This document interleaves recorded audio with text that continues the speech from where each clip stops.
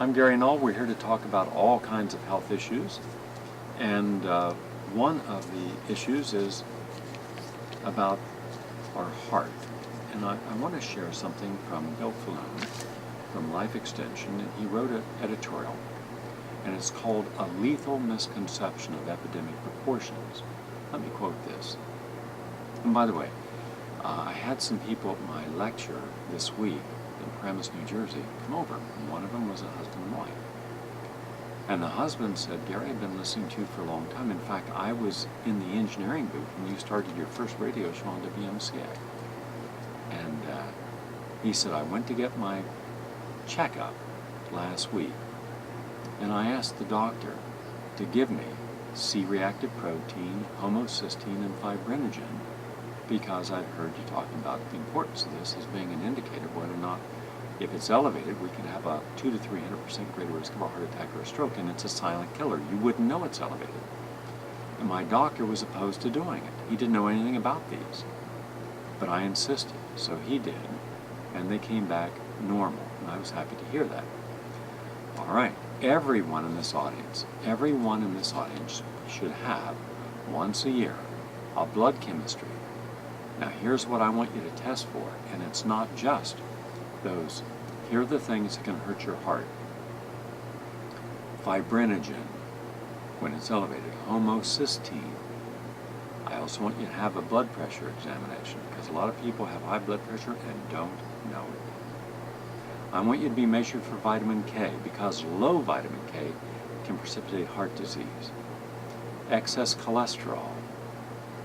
If you are a man, I want you to measure without fail your testosterone. You may have a low free testosterone, and that can lead to heart disease.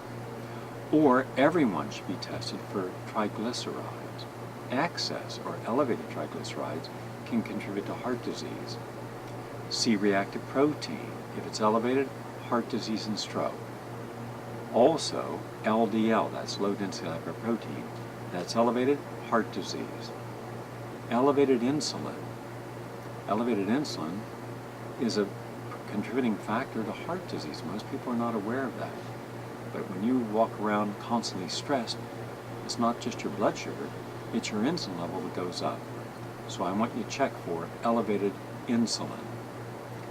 Also, HDL, the high density lipoprotein, that's the good protein from the lipoprotein. If that's low, that's bad. It has to be high to be good. I want everyone getting a glucose test to make sure that your glucose is not elevated. If your glucose is elevated, that is not good. And also nitric oxide. If you're deficit in nitric oxide, that's bad for the heart. And here's what Bill Falloon has to say. And those are my own opinions on the matter. Cardiovascular disease causes one of every 2.7 deaths in the United States. And unless a drastic change occurs in the way doctors treat vascular disorders, aging adults face even greater threats of heart disease and stroke. Mainstream doctors keep trying to find simple answers to protect them against atherosclerosis disease. The problem is that scientists have identified at least 13 different factors that all conspire to destroy our aging arteries. The illustration below, and then he gives us a chart and explains the things, can contribute. So I've given you the 13 things that you should measure. So I want people to measure this.